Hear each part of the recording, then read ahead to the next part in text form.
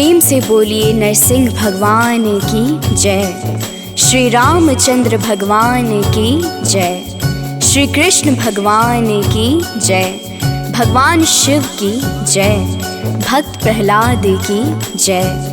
भक्तों, हिंदू धर्म में कई प्रमुख व्रत एवं त्योहार हर्षोल्लास के साथ मनाए जाते हैं, जिनमें होली पर्व का विशेष महत्व है। होली पर्व की शुरुआत वास्तव में होलिका दहन से होती है। धार्मिक मान्यताओं के अनुसार होलिका दहन पर्व को बुराई पर हुई अच्छाई की जीत के रूप में धूमधाम से मनाया जाता है। होलिका दहन, जिसे छोटी होली भी कहते हैं, कि अगले दिन पूर्ण हर्षोल्लास के साथ रंग खेलने का विधान है और अबीर गुलाल आदि एक दूसरे को लगाकर व गले मिलकर इस पर्व को मनाया जाता है। हिंदुओं के लिए होली का पौराणिक महत्व भी है।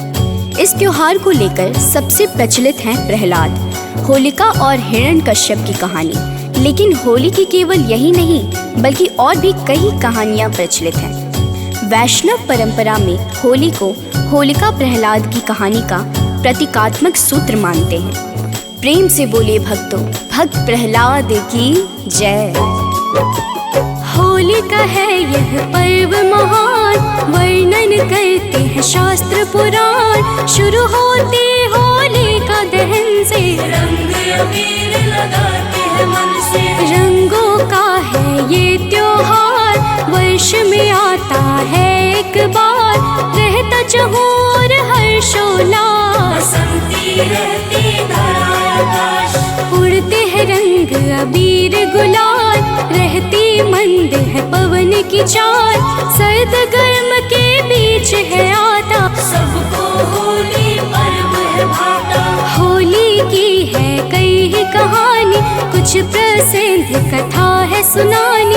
सुनना भक्तों ध्यान लगाकर, हे नारायण सब पे कृपा कर। भक्तों, पुराणों के अनुसार दानव राज हिरण्यकश्यप ने जब देखा कि उसका पुत्र प्रहलाद शिवाय विष्णु भगवान के किसी अन्य को नहीं भजता, तो वह क्रुद्ध हो उठा और अंततः उसने अपनी बहन होलिका को आदेश दिया कि वह प्रहलाद को गोद में लेकर अग्नि में बैठ जाए, क्योंकि होलिका को वरदान प्राप्त था कि उसे अग्नि नुकसान नहीं पहुंचा सकती। किंतु हुआ उसके ठीक विपरीत। होलिका जलकर भस्म हो गई और भक्त प्रहलाद को कुछ भी नहीं हुआ। इसी घटना के याद में इस दिन होलिका दहन करने का विधान है।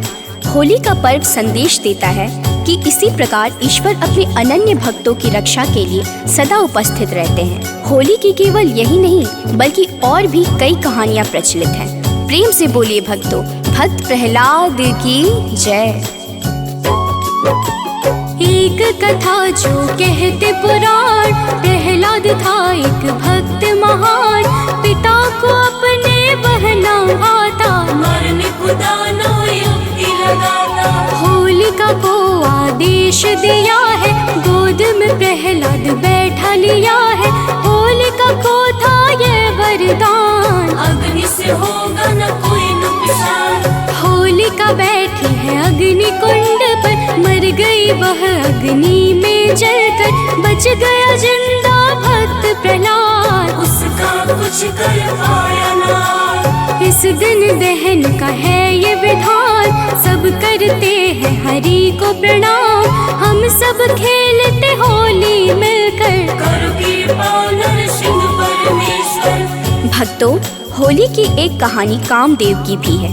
पार्वती शिव से विवाह करना चाहती थी, लेकिन तपस्या में लीन शिव का ध्यान उनकी तरफ गया ही नहीं। ऐसे में प्यार के देवता कामदेव आगे आए और उन्होंने शिव पर पुष्प बाण चला दिया।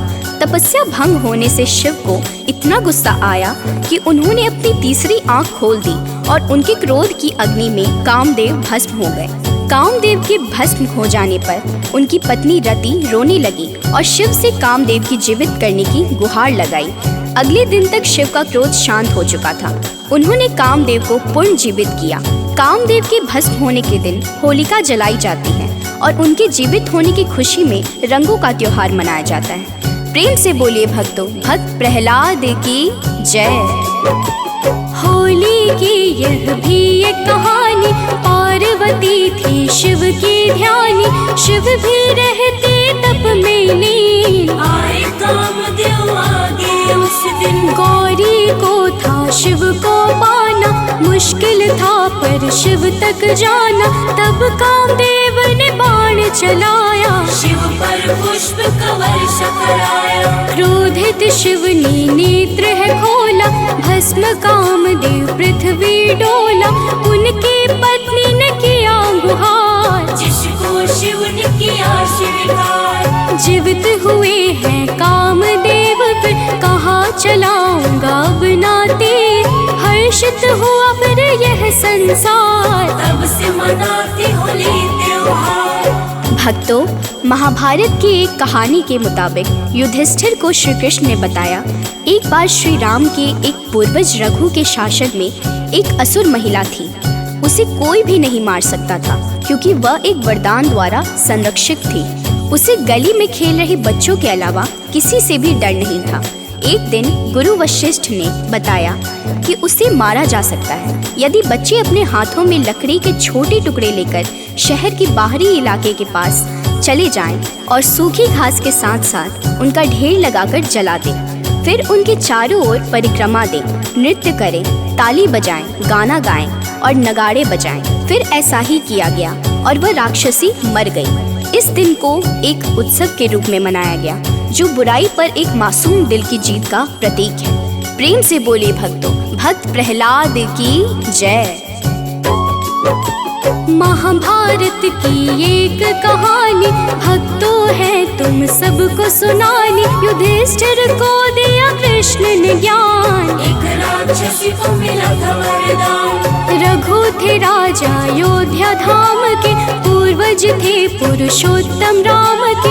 एक राक्षसी थी उनके काल में, फंसती नहीं थी किसी की जाल में। मार नहीं कोई उसको पाता, ऐसा वर उसे दिए विधाता। तब गुरु वशिष्ठ ने उनको बताया, रघु ने लकड़ी का ढेर सजाया। परिक्रमा कर ढेर जलाया, हुआ वही जो गुरु ने बताया।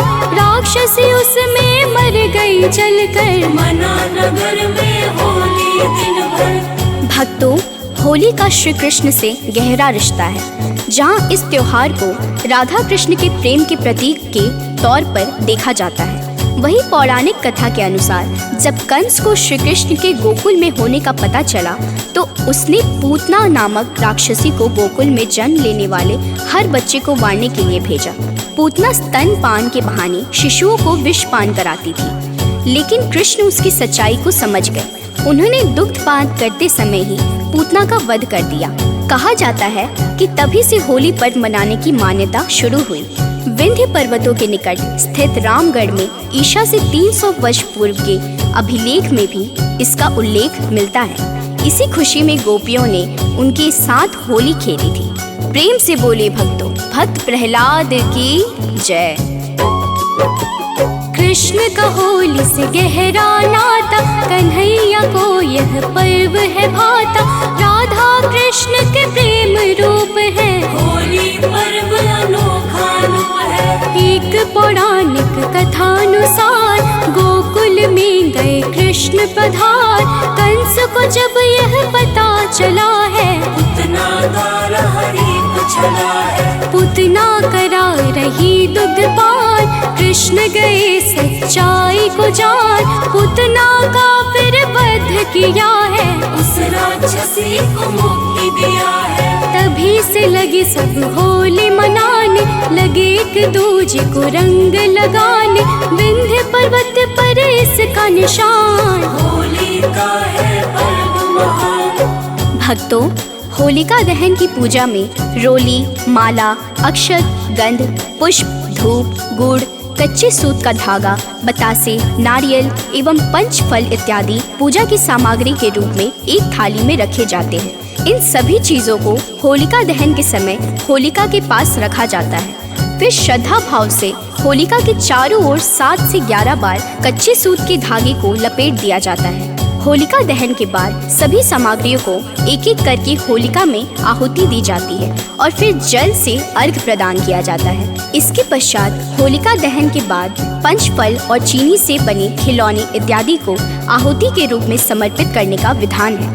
प्रेम से बोले भक्तों, भक्त प्रहलाद की जय।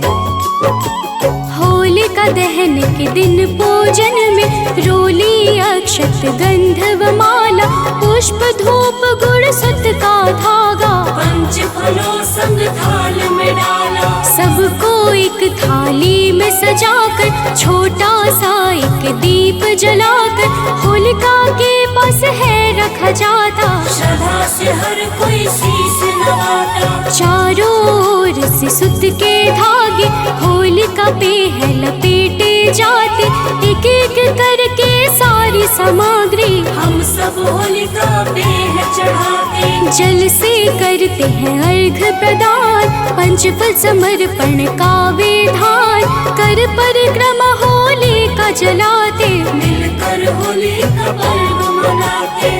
भक्तों, होली वसंत के मौसम में खेली जाती है, जो सर्दी के अंत और ग्रीष्म ऋतु के बीच की अवधि होती है। ऐसे में पुराने समय में सर्दियों के दौरान लोग नियमित रूप से स्नान नहीं करते थे, जिसके कारण त्वचा रोग का खतरा बढ़ जाता था। इसलिए होलिका दहन के पीछे छिपा वैज्ञानिक कारण यह है कि इस पर्व के दौरान जलाई गई लकड़ियों से वातावरण में फैली हुई खतरनाक जीवाणु नष्ट हो जाते हैं और होलिका की परिक्रमा करने से शरीर पर जमे हुए कीटाणु भी अलाव की गर्मी से मर जाते हैं। वहीं देश के कुछ हिस्सों में होलिका दहन के बाद लोग अपने माथे और शरीर पर होलिका की राख लगाते हैं, जिसे मानसिक और शारीरिक स्वास्थ्य के लिए अच्छा माना जाता है। प्रेम से बोलिए भक्तों, भक्त प्रहलाद की जय। होलिका पर्व है सबसे पावन, रंग होते हैं सारे मन भावन, ग्रीष्म सर्दी के बीच है आती, होली सबके मन को भाती। ठंड में होता न रोज स्नान, स्वच्छता का ना रहता ध्यान, त्वचा रोग है बढ़ते जाते, विषाक्त जीवाणु पर फैलाते।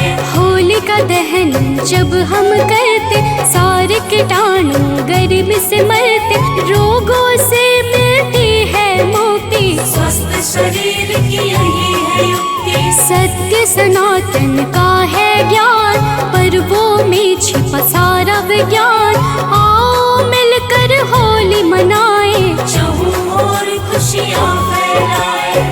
भक्तों, फाल्गुन शुक्ल अष्टमी से फाल्गुन पूर्णिमा तक होलाष्टक माना जाता है, जिसमें शुभ कार्य वर्जित रहते हैं। पूर्णिमा के दिन होलिका दहन किया जाता है। इसके लिए मुख्यतः 2 नियम ध्यान से रखने चाहिए। पहला, उस दिन भद्रा ना हो। भद्रा का दूसरा नाम विष्टिकरण भी है, जो कि 11 कारणों में से एक है। एक कारण तिथि के आधे भाग के बराबर होता है। दूसरी बात, पूर्णिमा प्रदोष काल व्यापनी होनी चाहिए। सरल शब्दों में कहे तो उस दिन सूर्यास्त के बाद के 3 मुहूर्तों में पूर्णिमा तिथि होनी चाहिए। प्रेम से बोलिए भक्तों, भक्त प्रहलाद की जय। आप सभी श्रोतागणों को होली व होलिका दहन की हार्दिक शुभकामनाएं।